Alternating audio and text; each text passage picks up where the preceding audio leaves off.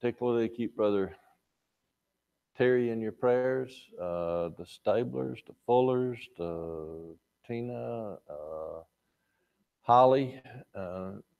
Holly's dad, is an update on him. Some of you were here Wednesday night. He had what amounted to a stroke.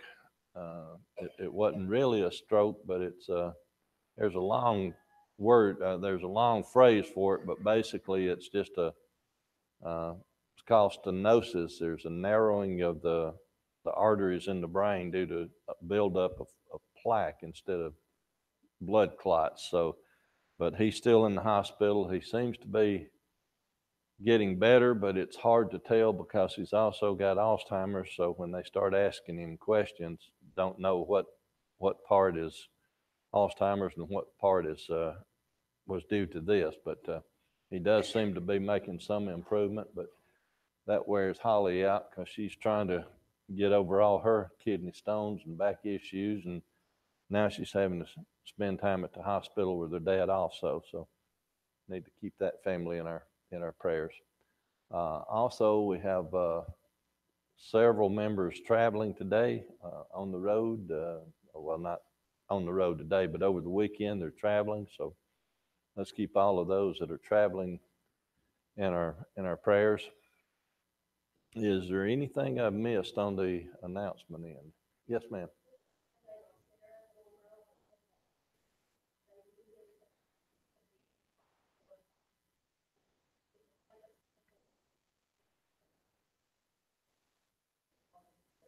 Okay, that's the 4th of December upcoming, so just a week or two away. Hey, that'd be great. Be great. If you didn't hear that, their friend that's having the transplant, they're going in on the 4th of next month to get the platelets and all stabilized, levelized, and then they'll be doing the transplant the following week, and hopefully they'll have her home for Christmas. So that would be great. Anything else? Brother Joel, would you lead us in a prayer, please?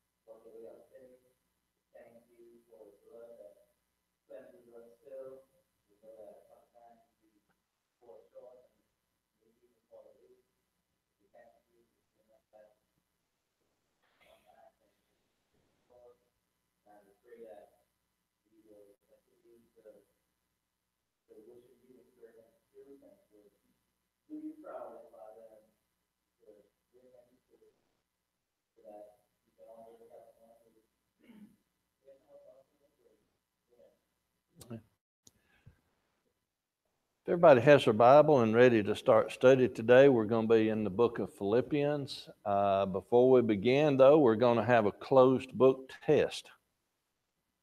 A closed book test.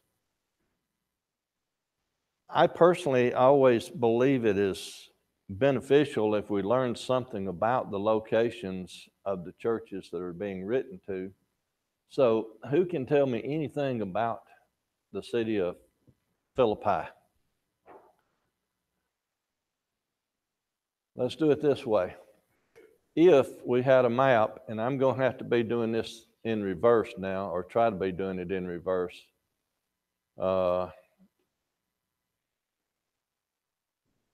We've got Italy over here, which is Rome. Down here would be Jerusalem. Where would Philippi be?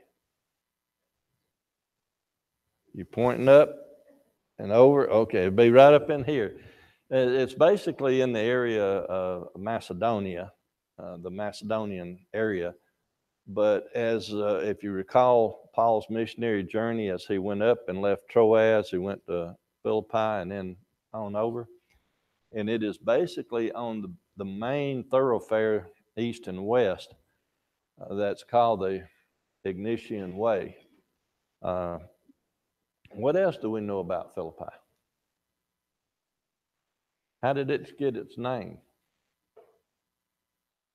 Around 356 BC, King Philip, Alexander the Great's father, renamed it Philippi. It had been called Crenides, Krenides,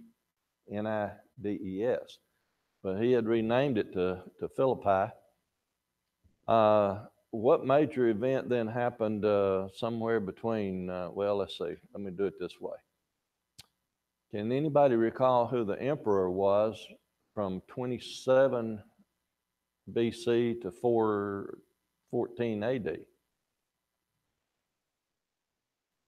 Okay, it would either be Octavius or Augustus, as he was later known as. He was the emperor when Christ was born, but he made Philippi a Roman outpost. So it wasn't a commercial center, even though it was on the main east-west thoroughfare. It was a Roman outpost.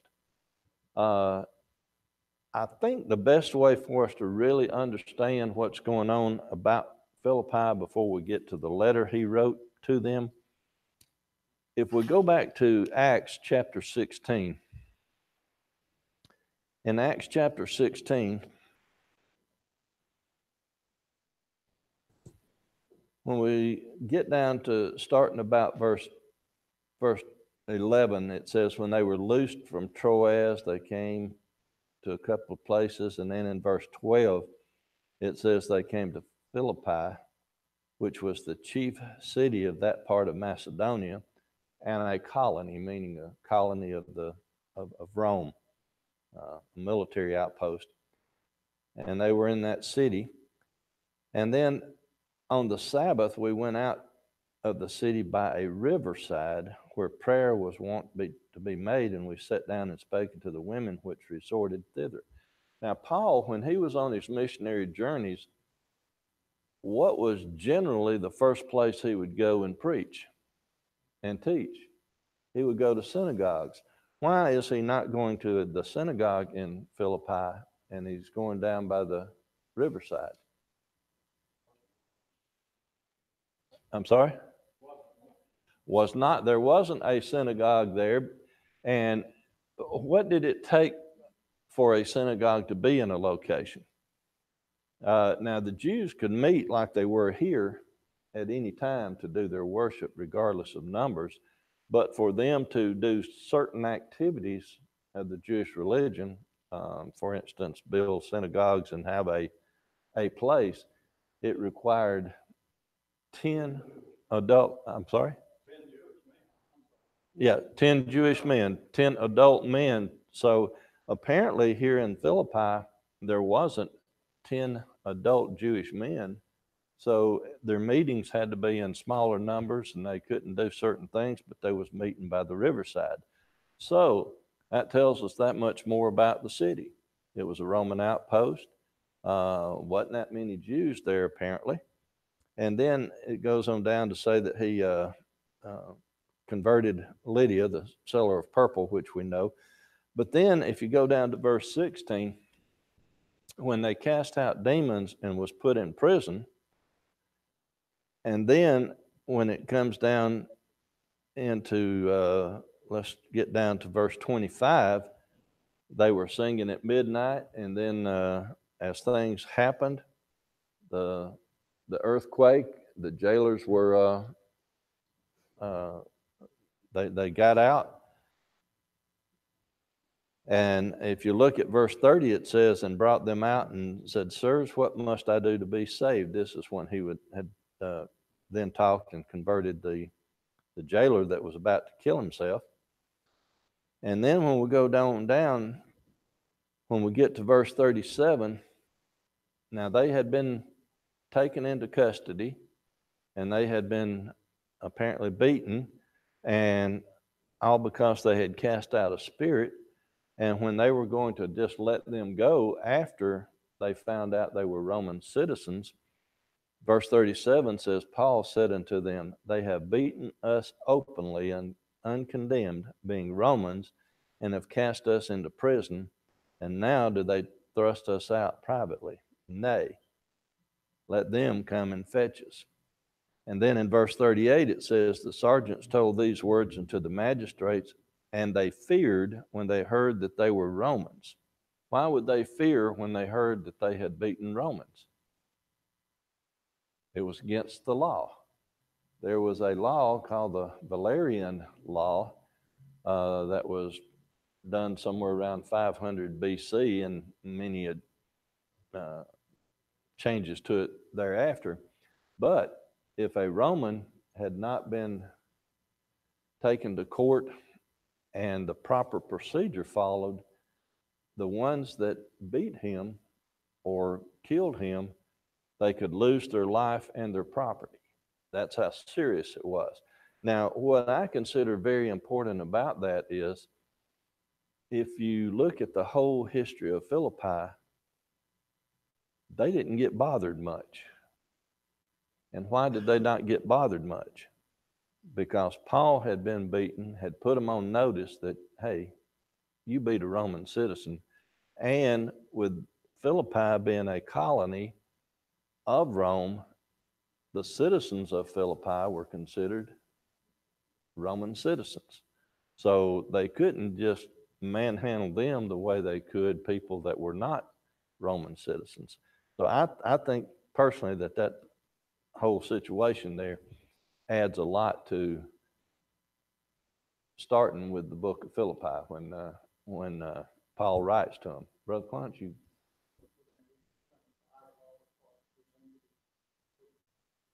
Right. Uh, in America, we have laws that we are presumed to be innocent until proven guilty, and so the same thing was the setup there for the Roman citizens.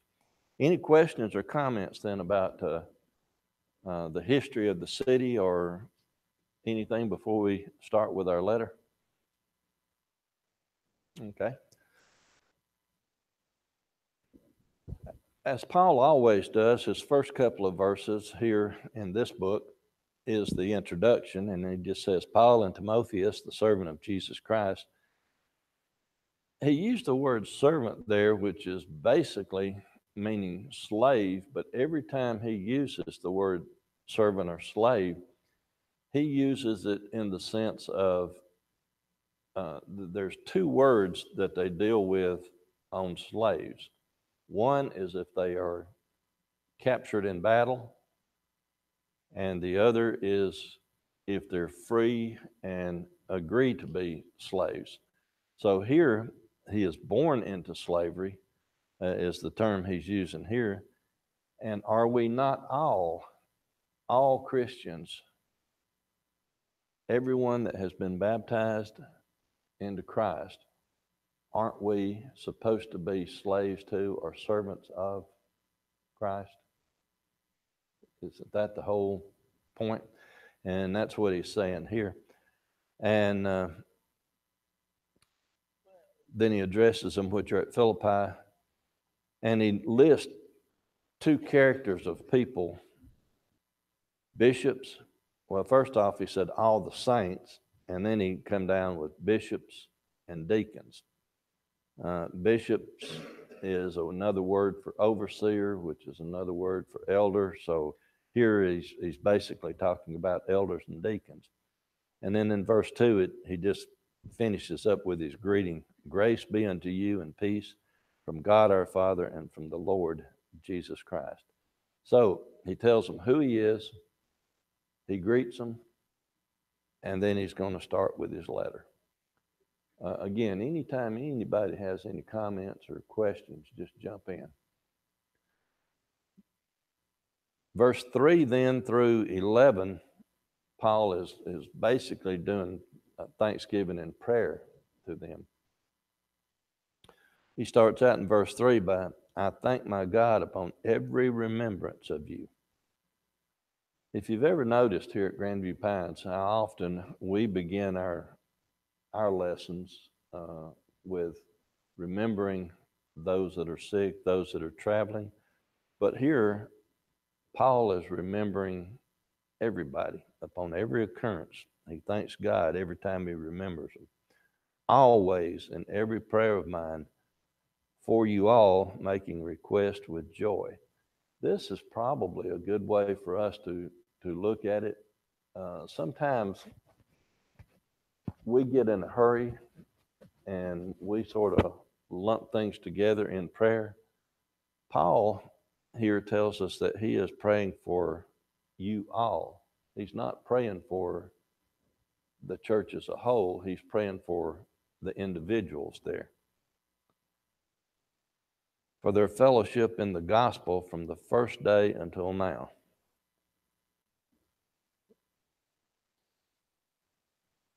Then he continues with his thanksgiving and talking to him and says, being confident of this very thing, that he which hath begun a good work in you will perform it until the day of Jesus Christ. Isn't it nice to have that kind of confidence in someone,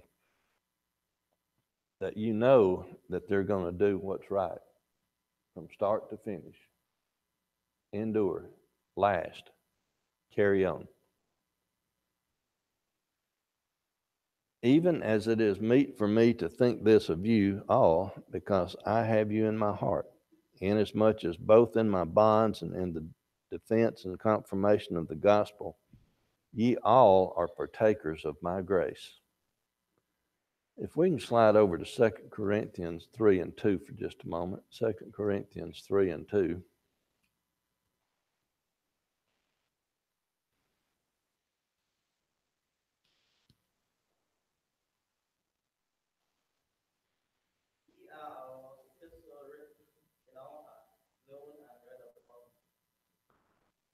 You are our epistles written in our heart. So,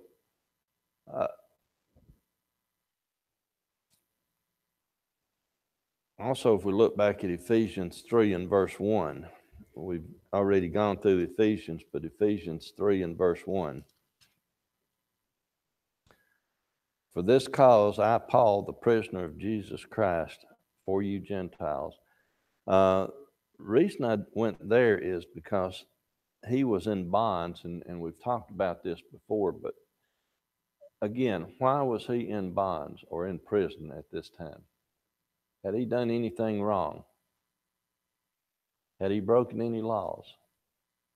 So why was he in prison?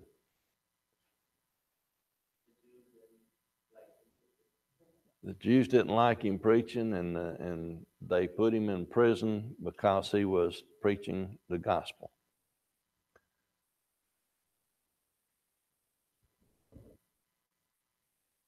Verse 8 is one of those verses that I think if you pause and look at, it really brings a lot of things forward. For God is my record, how greatly I long after you all in the bowels of Jesus Christ. Now, let me explain what this bowels means, because it's changed meaning over the years. When we think of bowels now, what do we think of? We think of our intestines, our lower portion here. Back then, it meant the upper portion, the heart and lungs. So what he is talking about is, I long after you all in my heart, or in the heart of Jesus. And what was Jesus' main purpose on this earth? To teach, spread the good news. And what was he always doing? He was humble, and he was always helping. He was always leading people the right way. So here Paul is saying, for God is my record. Who knows everything about everything that we do, have done, will do? God. So God, Paul is just saying, God knows what this is all about. And I long for you to be in his heart also. And this I pray, that your love may abound yet more and more in knowledge and in all judgment. I particularly love this verse 9. If you really look at it, Paul is praying that your love may abound. How many times in Scripture do we see things preceded or added to by love? What are we supposed to do? How are we supposed to approach people? What are we supposed to do for and with people?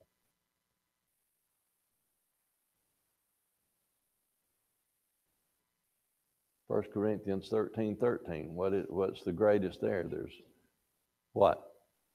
Faith, hope, love, or charity, and the greatest of these is love.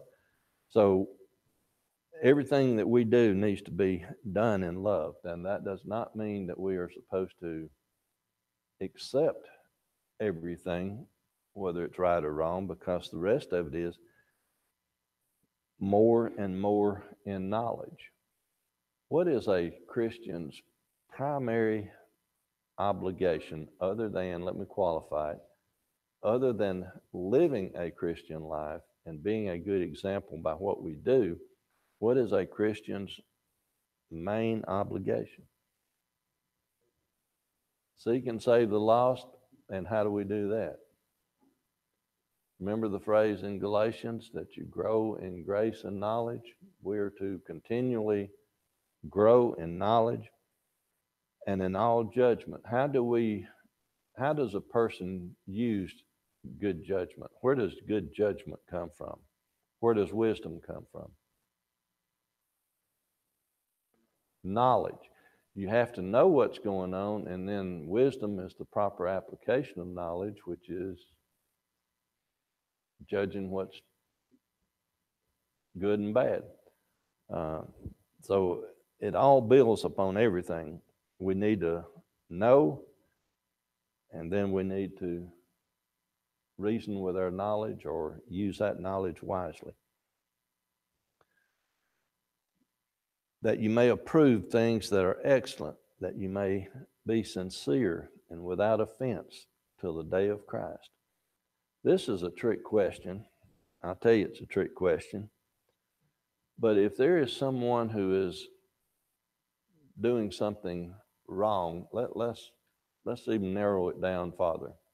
If there is a Christian that is doing something wrong, how can you tell that Christian that they're doing something wrong without offending them?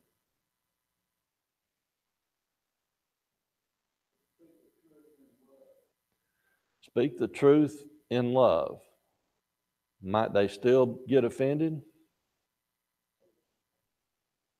Pardon? You promised they would.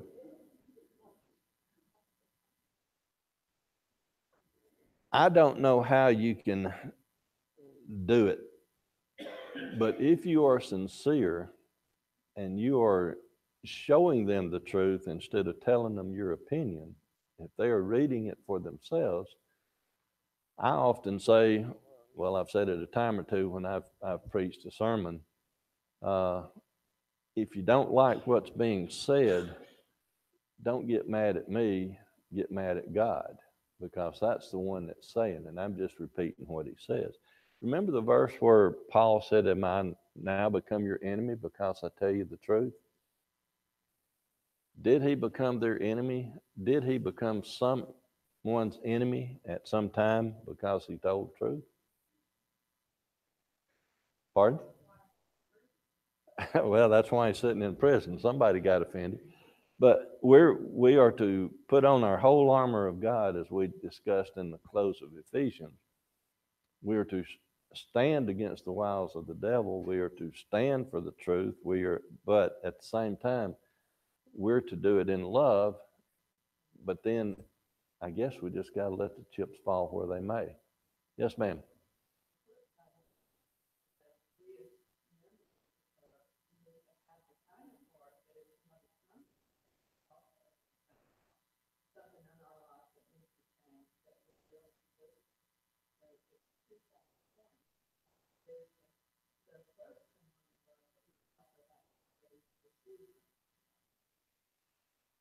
That is, yes, yes, sir.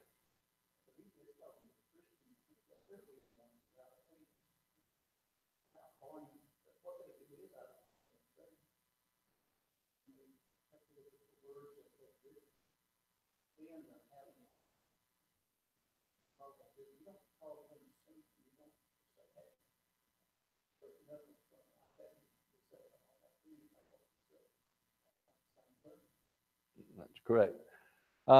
Basically, we are, as both of you said, and Kay, a person, if they're not receptive to what is being said, they're going to be offended, and they're going to take it personal. But we still got to point it out, but we have to do it in love. We can't just be abrasive about it or anything of that nature.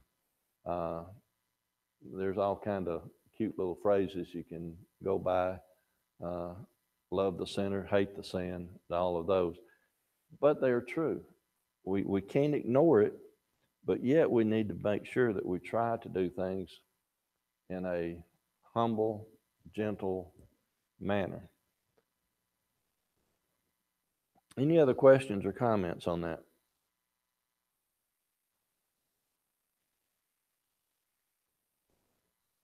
Verse 11 says, being filled with the fruits of righteousness, which are by Jesus Christ, unto the glory and praise of God. So, if we do what we're supposed to and do it in love, we're going to have the fruits of righteousness to spread about. And whether somebody accepts that or not is, well, basically on them. Verse 12 starts another category. It's basically the advance of the gospel is sections or verses 12 through 17. And verse 12 is interesting because it says, but I would ye should understand, brethren, that the things which happen unto me have fallen out rather unto the furtherance of the gospel. That's a strange way of saying something. Anybody have a different version that says that verse a little plainer before we look at it? Yes, ma'am.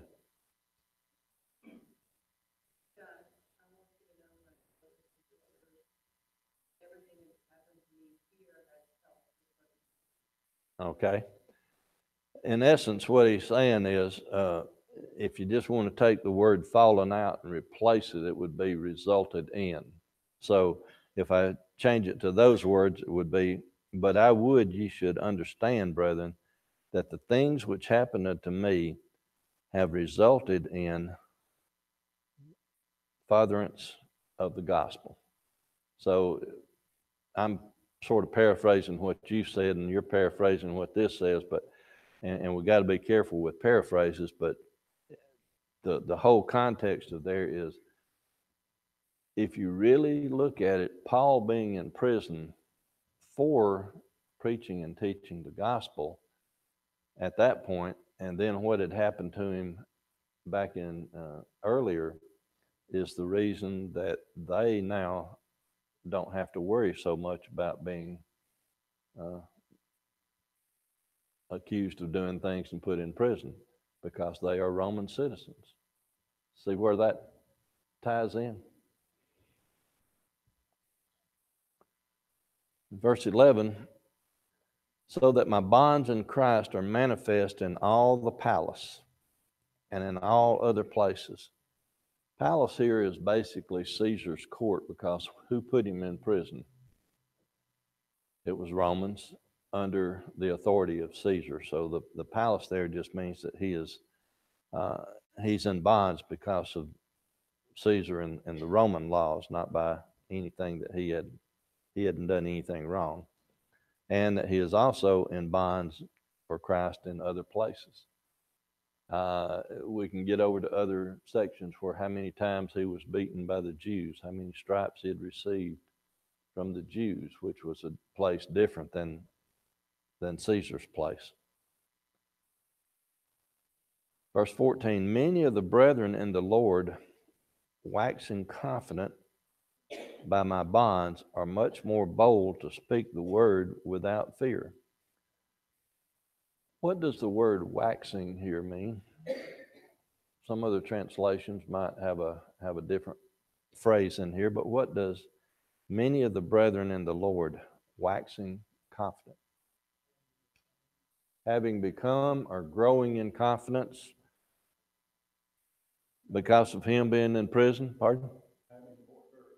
They now have more courage. It says to speak the word without fear.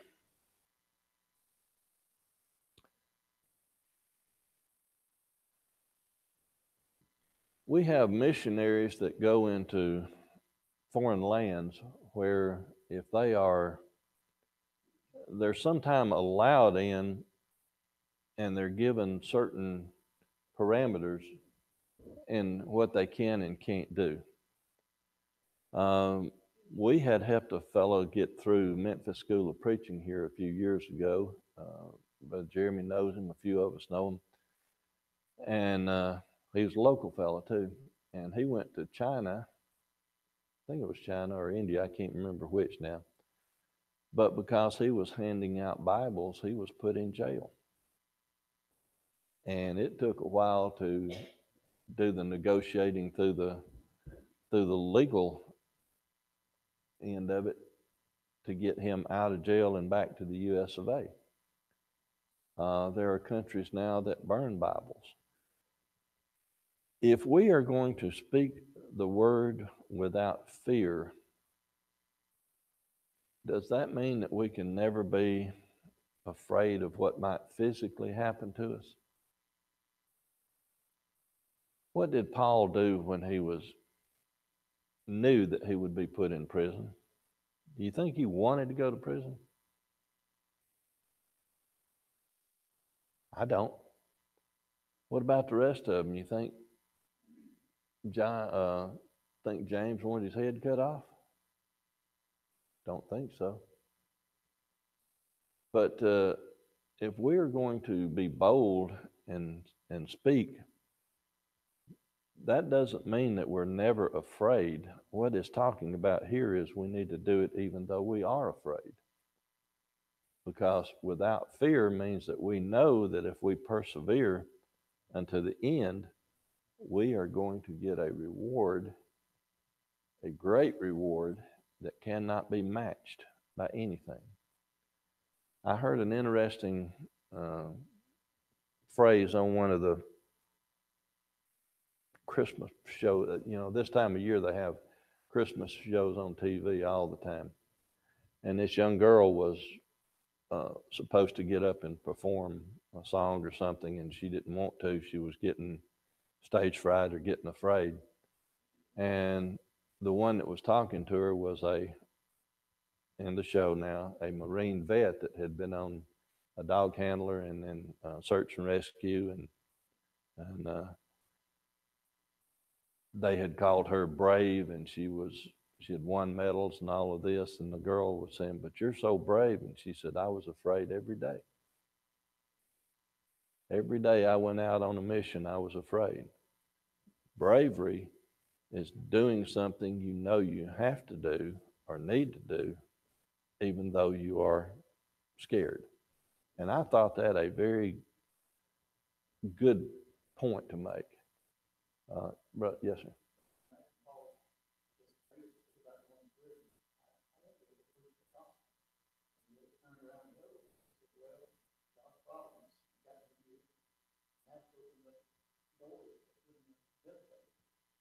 I think that's absolutely correct. What Brother Client said, if you didn't hear him in the back, was Paul's greatest concern was that he wouldn't be able to preach the gospel, but here that with him being in prison, it worked out to his advantage, because later on Paul says that he's torn.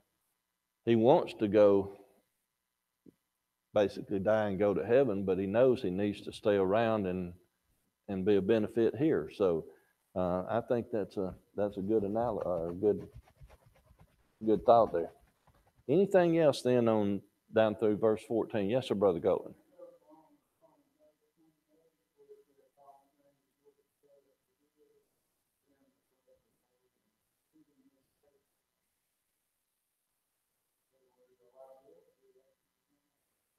That's correct.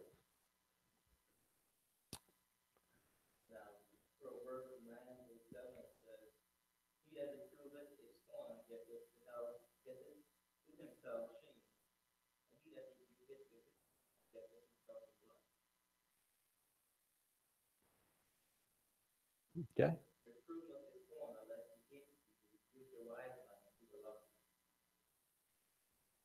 Rebuke the wise man. Verse 15 then says, some indeed preach Christ, even of envy and strife, and some also of good. Let's slide over to the next chapter for just a moment, chapter 2 of Philippians, and look at verse 3.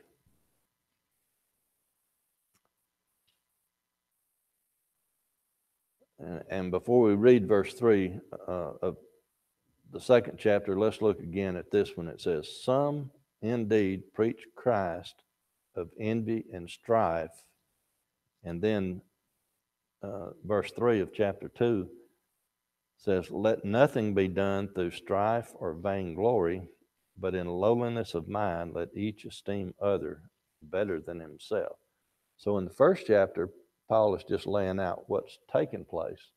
And then in the second chapter, he's chastising or reminding those that are doing things out of envy and strife that it shouldn't be that way. Can you think of a situation today where somebody might be doing something, preaching Christ out of envy or out of strife?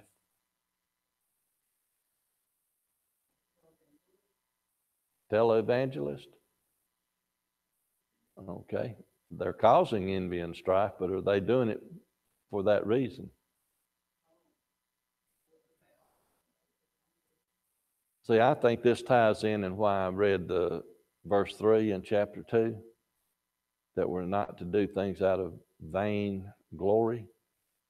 Televangelists, in my opinion, are doing things out of vain glory. They're in it for the glory instead of in it for the right reason.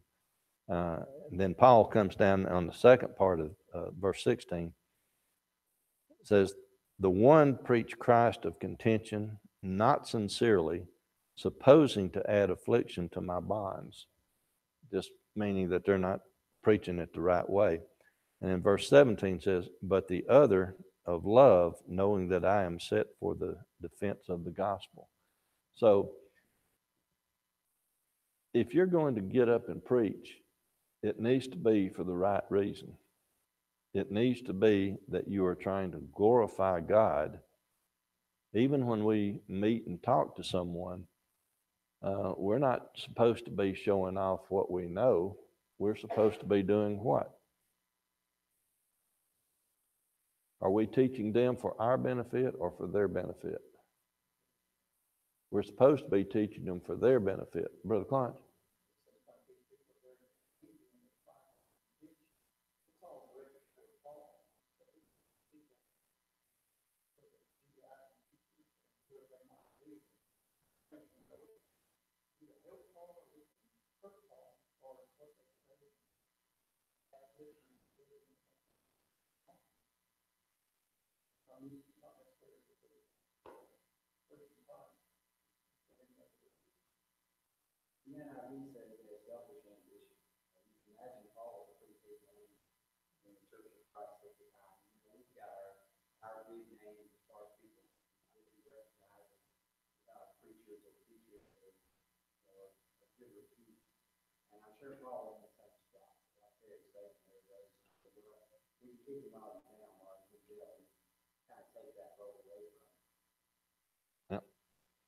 And they shouldn't be competing among themselves.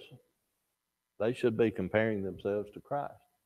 I guess when I look at it in today's world, and a couple of the preachers in here and I have had conversations about this, so there are many locations where you can go and the preacher in the pulpit, he wants to be there every time, and he doesn't want to share that pulpit with anybody. Why? It's his. Is that the right attitude to have? Now, he's hired to do the job, and he should do it when he can and things of that nature. But I am extremely pleased to say at this congregation, Brother Clunch, that's not his personal pulpit. We share it. And to me anyway, the purpose of a congregation is to grow everybody. And if there are young men, which we allow, well, I guess allow would be the right word, we encourage people to get up and do whatever they can do.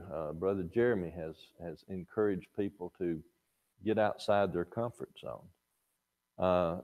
What happens if, in case a preacher has a wreck on the way to service one day and can't preach?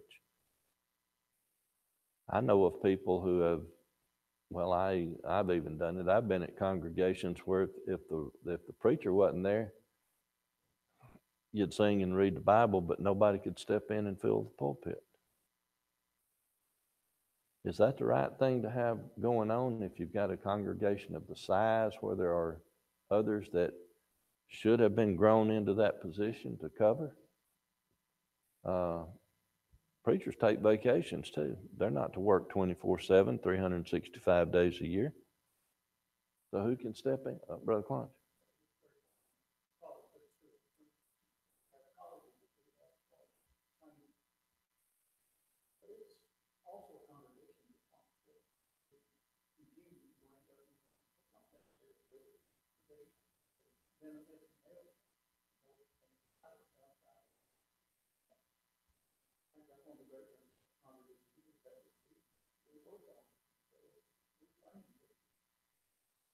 And we have our third Sunday where we sing, we read, we pray.